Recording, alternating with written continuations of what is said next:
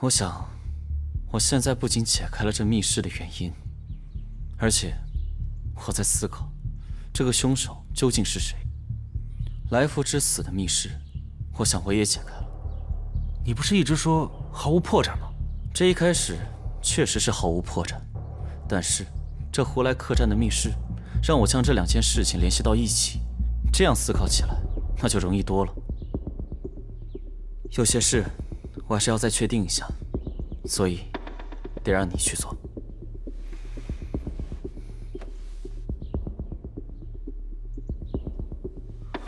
他，白姑娘马上就回来了，你们两边的证据一合并就可以指证了。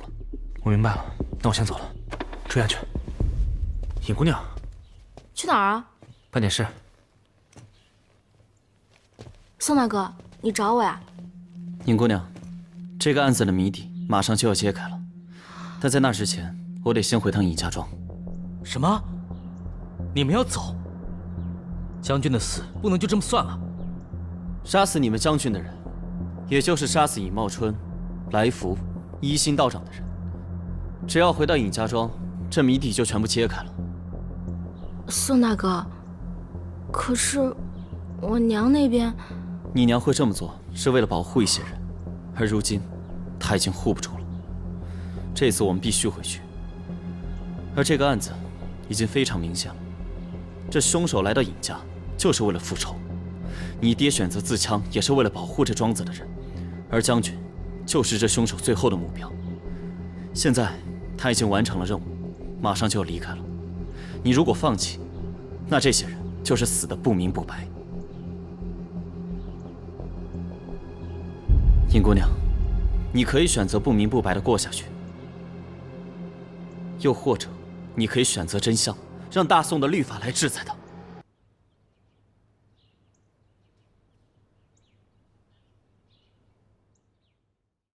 若将刃物自握着要害处，但伤着魔，分数虽小，即便死。如割握不深，即不系要害，虽3两处未得之死。宋词喜冤极录。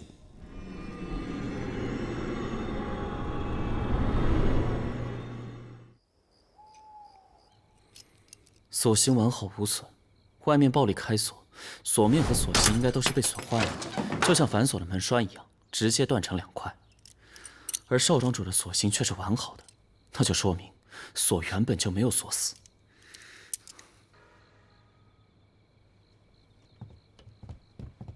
白姑娘，这么晚来找我，肯定是有好消息吧？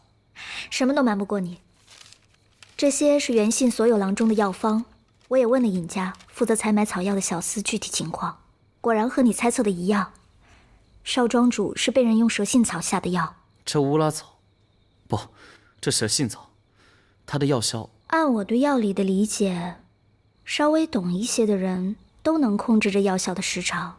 宋大哥，你别忘了，这个凶手可是能制造出锁心骨的高手，所以我想控制他的药效并不难。有劳白姑娘了。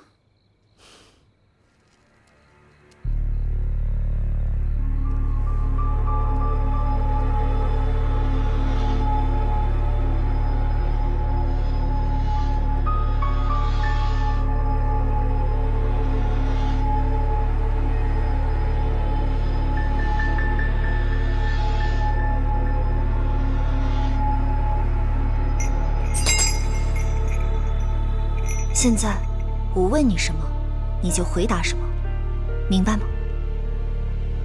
明白。第一个问题，在你记忆深处最深的那件事情，请你把它描述出来。千真万确，昨天我是亲眼所见，沈姑娘施展神通，把尹信的3魂7魄全部都给找回来了。沈姑娘问什么，她就回答什么。我只是用了一些暗示，然后激发了他的潜意识，然后跟他的潜意识沟通罢了。我们沈家的本事还多着呢，这只是一点皮毛而已。哼，你那么厉害，也没见你把死者的魂魄给招出来，问问凶手是谁啊？活人跟死人能一样吗？这正所谓天机不可泄露。这鬼鬼神神的我可不信。你们可有调查到什么有用的信息？我也不知道，这算不算有用的线索啊？不要，我不要。放轻松，慢慢想，把你心底最恐惧的事情说出来。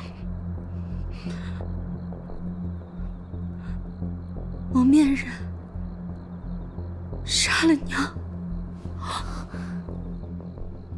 ，2个蒙面人，爹被刺了一剑，他们要杀我，我躲起来了。哥哥，还有哥哥，外面太冷了，我晕过去了。他在说什么呢？他看起来很痛苦。这姑娘所说的话，对我调查很有帮助。小六，到底到了没有啊？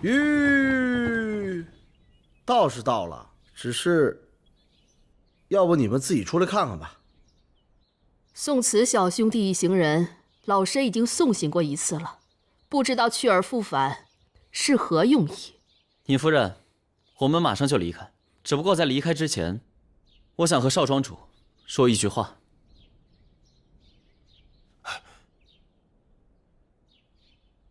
请说。少庄主，这叶芷芳姑娘已经死了。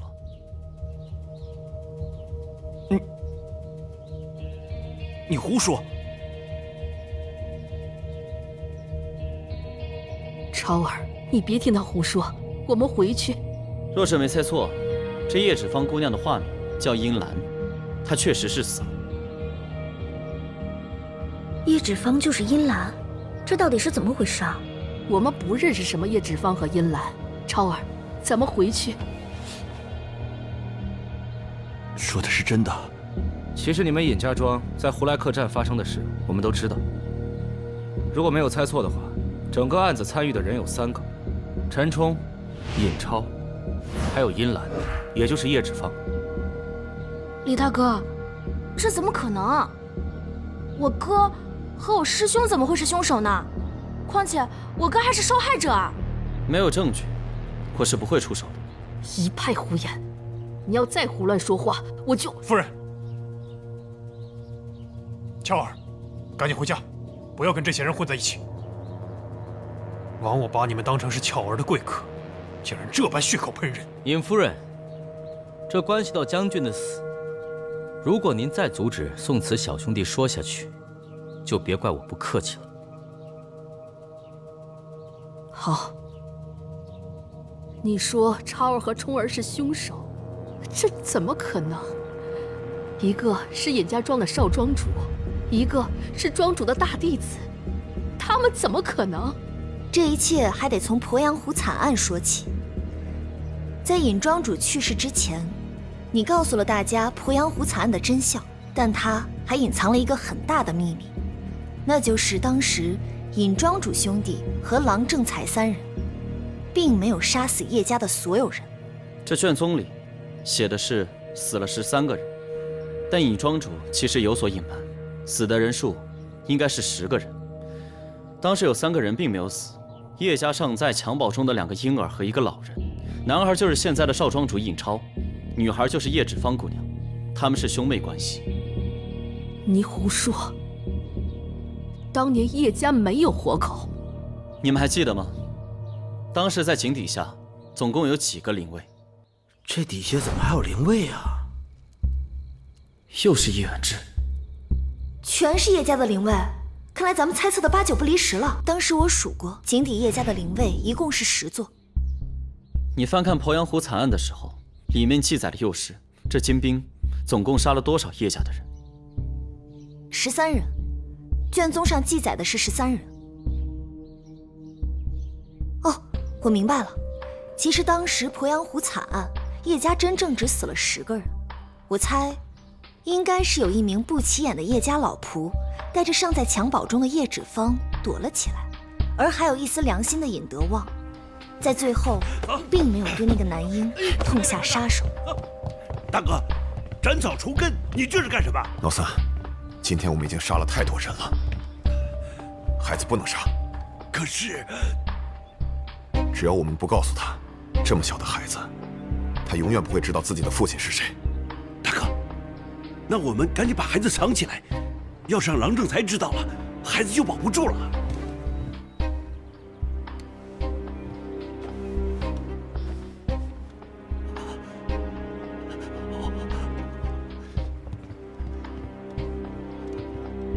所以沈姑娘，你的意思是，事后尹庄主遭受良心谴责，隐居于此，而信佛的尹夫人深知丈夫罪孽深重，一心想赎罪的她，把这个叶家的孩子视如己出，对他特别好。你胡说，超儿是我的。不错，超儿，哥，你接着说。这家仆自然知道这一切。等叶芷芳姑娘长大以后，她就将这一切全部告诉了叶姑娘。而这叶姑娘来尹家寻仇，可是人手不够，便找到了她哥哥。我想你们相认的时间，应该就是在3个月前吧。少庄主，这个胡岭镇虽然不大，但是该有的都有。老夫人的寿辰还有段时间，您可以慢慢挑选。那行，那你去买点果蔬，不用跟着我了，我自己看看。去吧。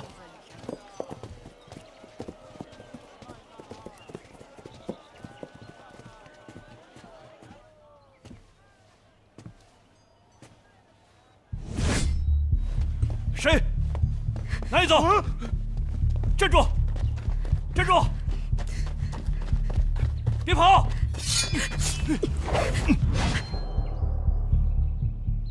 其实一直在我身上的这块玉，是半块，是我亲生爹娘留给我的，而另外的半块，在我妹妹那儿，2块合在一块儿，刻有我们的名字。还有就是，当年带我妹妹离开的老仆，告诉了妹妹我身上胎记的位置。哥，爹娘的仇，我们全家的仇必须要报。这一刻我已经准备很久了，你不要再犹豫了。可他们视我为己出，他们只是为了赎自己犯下的罪罢了。要知道，我们全族上下都死在了那个将你视为己出的尹家，他们收留你。你又怎么会知道他们没有一心呢？哥，我才是你的亲妹妹。我们兄妹2人多年无法相见，都是拜神所赐啊。超儿，你夫人，超儿，超儿，夫人，把这里全部围住，一个都不许走。是。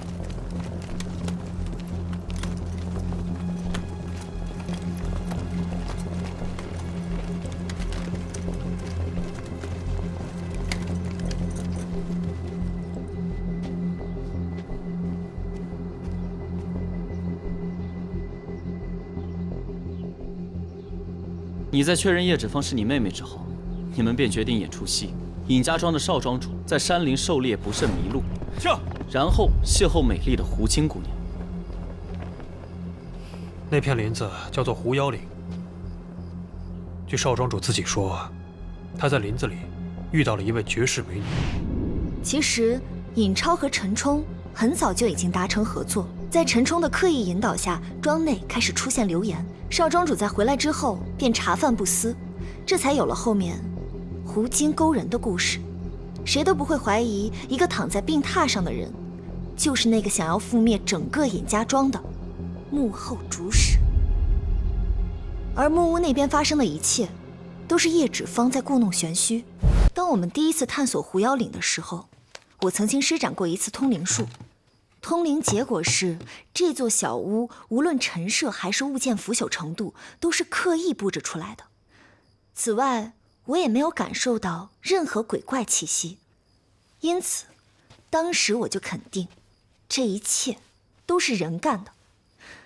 想来陈公子是故意带了大量人手，去寻找这个精心布置好的狐仙小屋吧。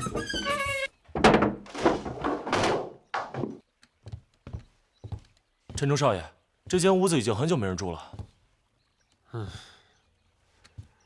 叫人将这附近仔细探查一遍。是。你假装发现了叶远志的假墓碑后，利用当时在场的几个下人，把狐仙为叶家人复仇、借尸还魂的流言传播出去，为的就是让大家都相信这一切和狐妖有关，弄得尹家庄人心惶惶。这也为你们的下一步复仇计划做好了准备。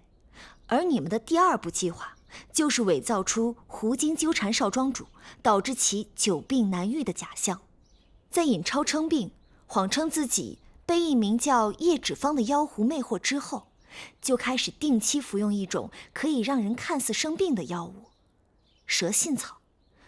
我听白姐姐说过，蛇信草和乌拉草表面看起来非常相似，乌拉草对补血补气有奇效，蛇信草却会让人气血亏空。你们应该是很早就已经把准备好的蛇信草放在了原本应该放乌拉草的药盒里，而乌拉草是一种非常珍贵的药材，在知道尹家富裕的条件下，郎中都会开这味药，所以不管谁煎药，最后尹超喝的都是含有蛇信草的药，尹超就靠着它长期在人前维持一种久病不起的状态。哦，这么一说我就明白了，侍女看见的白狐也是陈冲故意放院子的吧？白狐受到惊吓之后，自然就会跳墙逃出，这也就是大家常能看到的白狐上墙的原因。因为其他人看到白狐的地方正是少庄主住的地方，所以坐实了少庄主被狐精迷惑的事实。你为了逼真，还不惜让狐狸咬一口，弄伤自己的右手。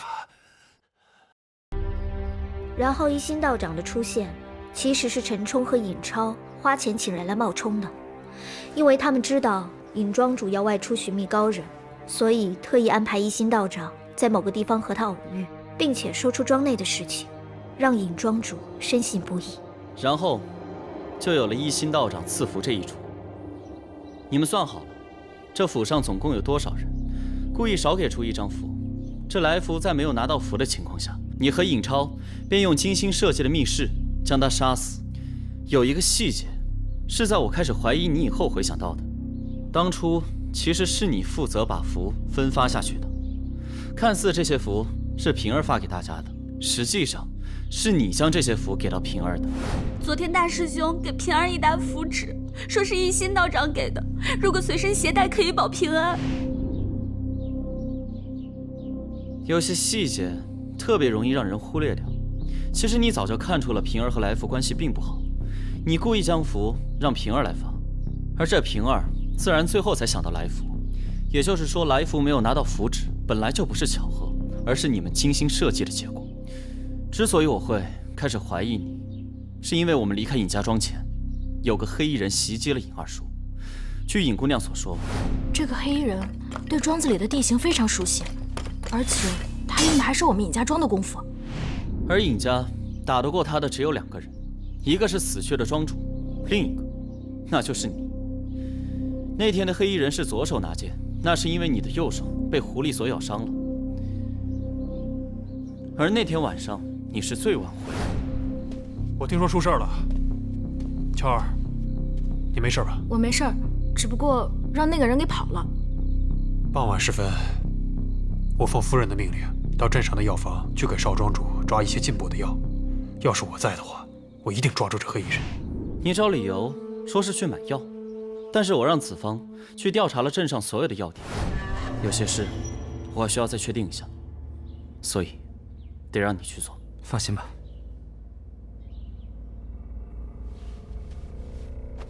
陈冲那天到底是什么时候抓药离开的？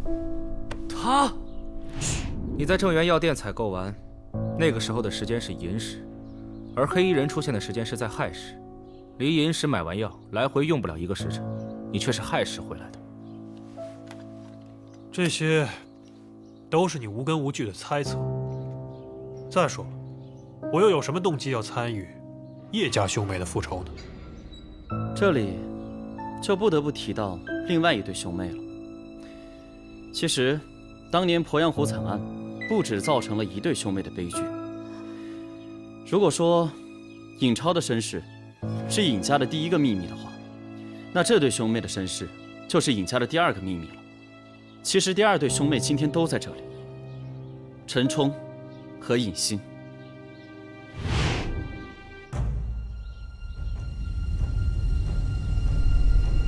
陈冲，你的原名是尹冲吧？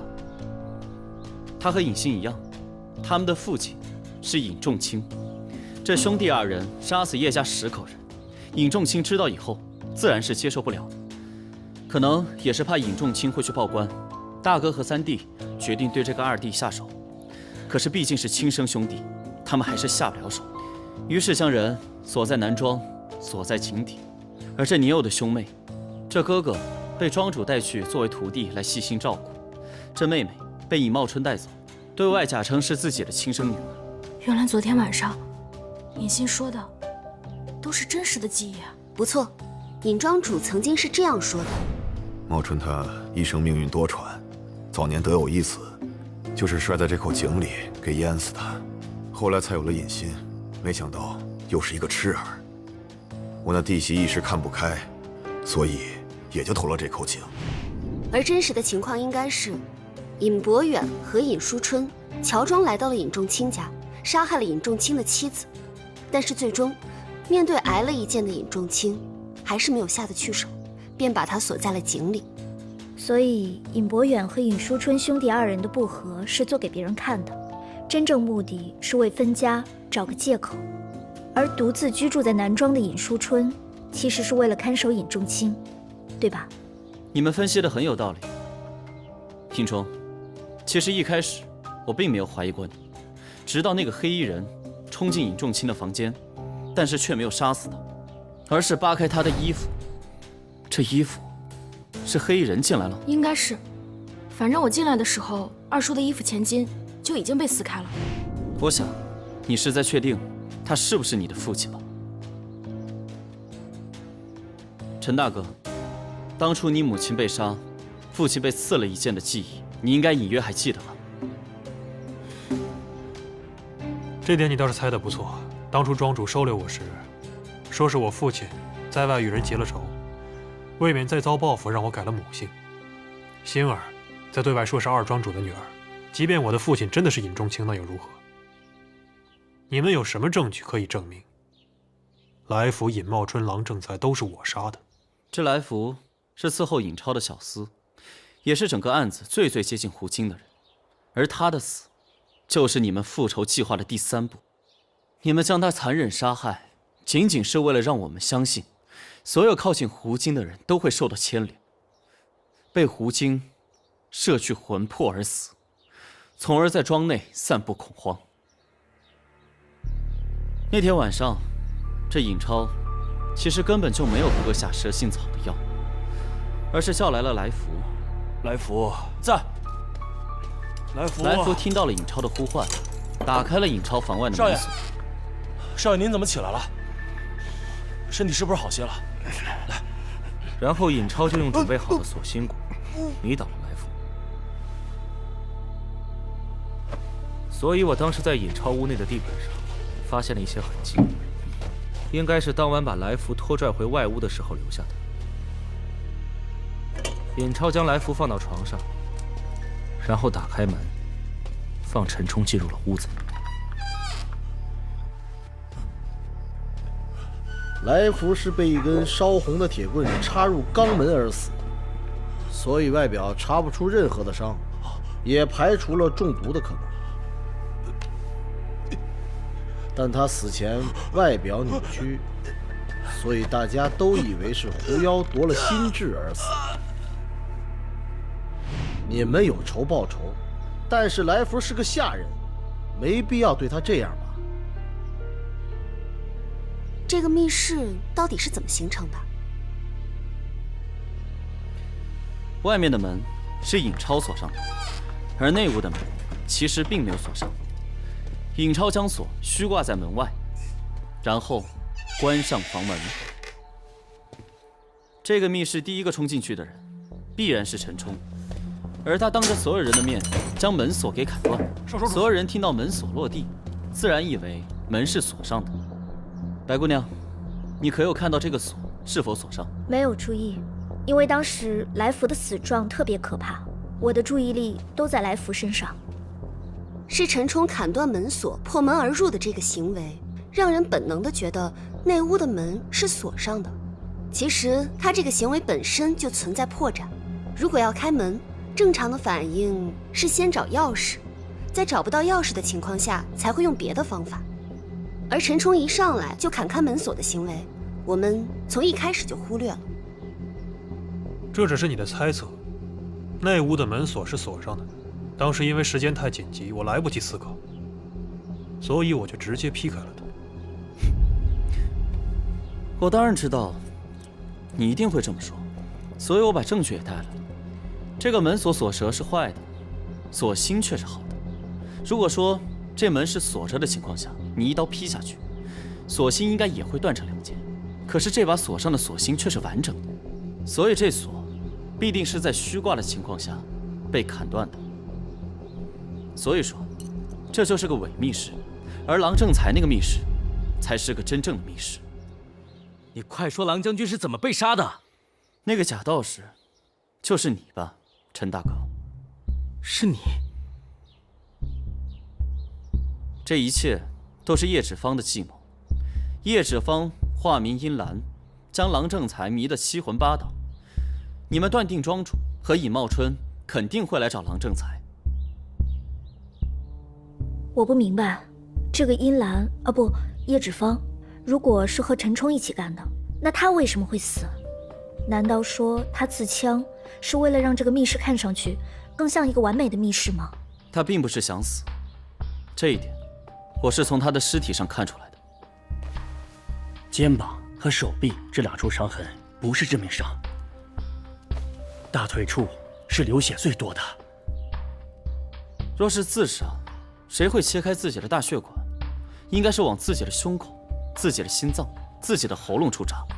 叶芷芳的死其实是一个意外，你们借做法为由弄昏郎正才之后将他杀死。叶芷芳为了摆脱嫌疑，决定在自己身上扎上几刀，造成自己也被袭击，只是侥幸未死的假象。但很不幸，腿上那刀他割断了自己的大血管。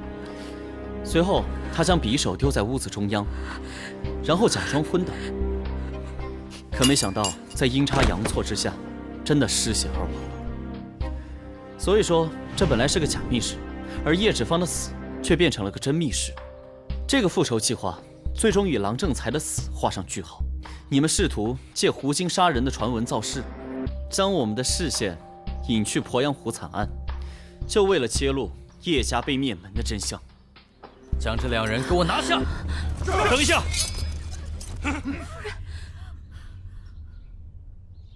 娘，你一直视我为己出，甚至把对俏儿的爱都分给了我，不能为你养老送终了。超儿，如今那些害我家破人亡的人都已经死了，我已经没有遗憾了。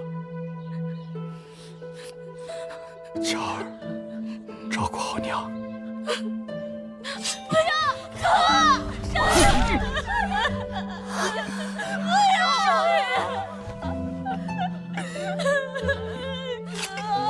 少儿，少爷，不要，少爷。少爷，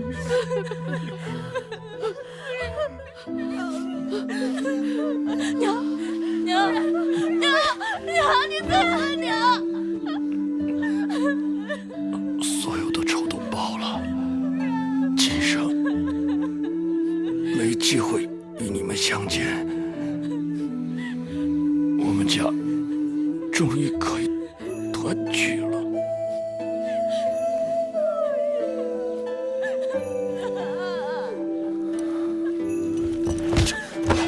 师兄，你们干什么？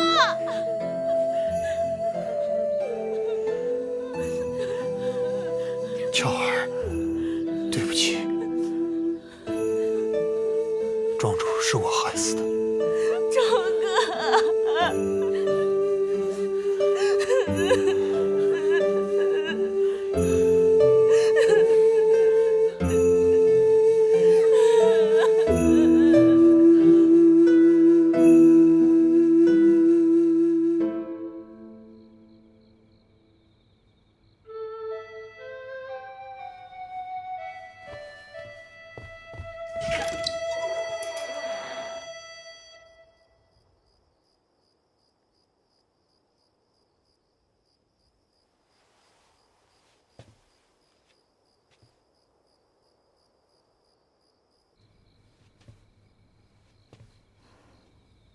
真的没有想到，我哥居然是叶家的孩子。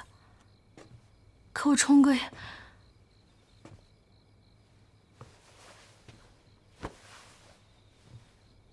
如果你想换换心情，你可以跟我离开这里。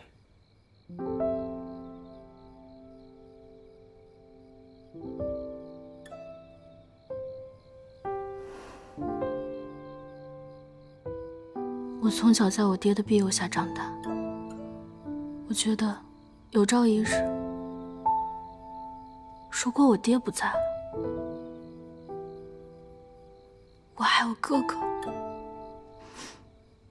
可现在我爹和我哥都没了，冲哥也被人抓走了，庄子里就只剩下我娘了。我不能走，李大哥，我真的很担心我娘。我明白，乔儿，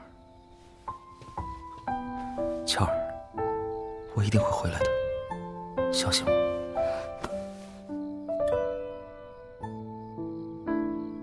你说是不是所有事情都揭开谜底？这真的是好事吗？可是寻求真相，不一直都是你所追求的吗？至于有罪无罪，是好是坏，这本不该你考虑，而是官府考虑的事。话是这么说，可这尹庄……至少尹姑娘是无辜的，你救了她。无论怎么样，这件案子，多谢你和小神婆，你们俩在关键点上起到了关键的作用，谢谢你。其实，第一次听到某人在背后说我的好话，难得啊。啊？谁说你好话了？我怎么没听见呢？本姑娘今天心情好，不想跟你贫嘴。现在案子已经破了，咱们是不是也该离开了？那我们收拾一下，走吧。可是，尹姑娘怎么办？你就别操这个心了。怎么还嫌自己这蜡烛当得不够亮啊？刚才贾刚已经带着部队离开虎岭镇了，陈冲也已经交给官府处置，可直到现在，他还一句话都没说呢。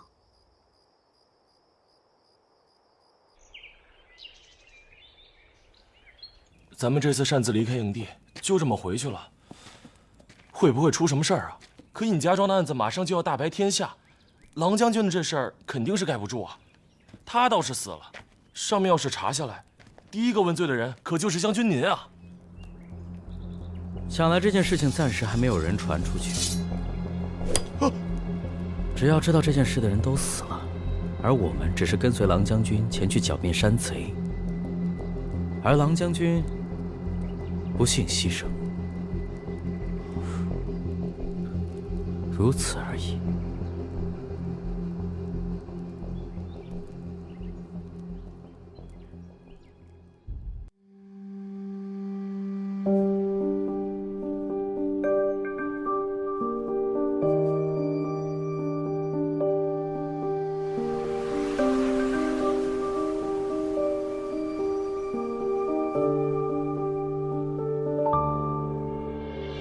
年少终怀大志，总有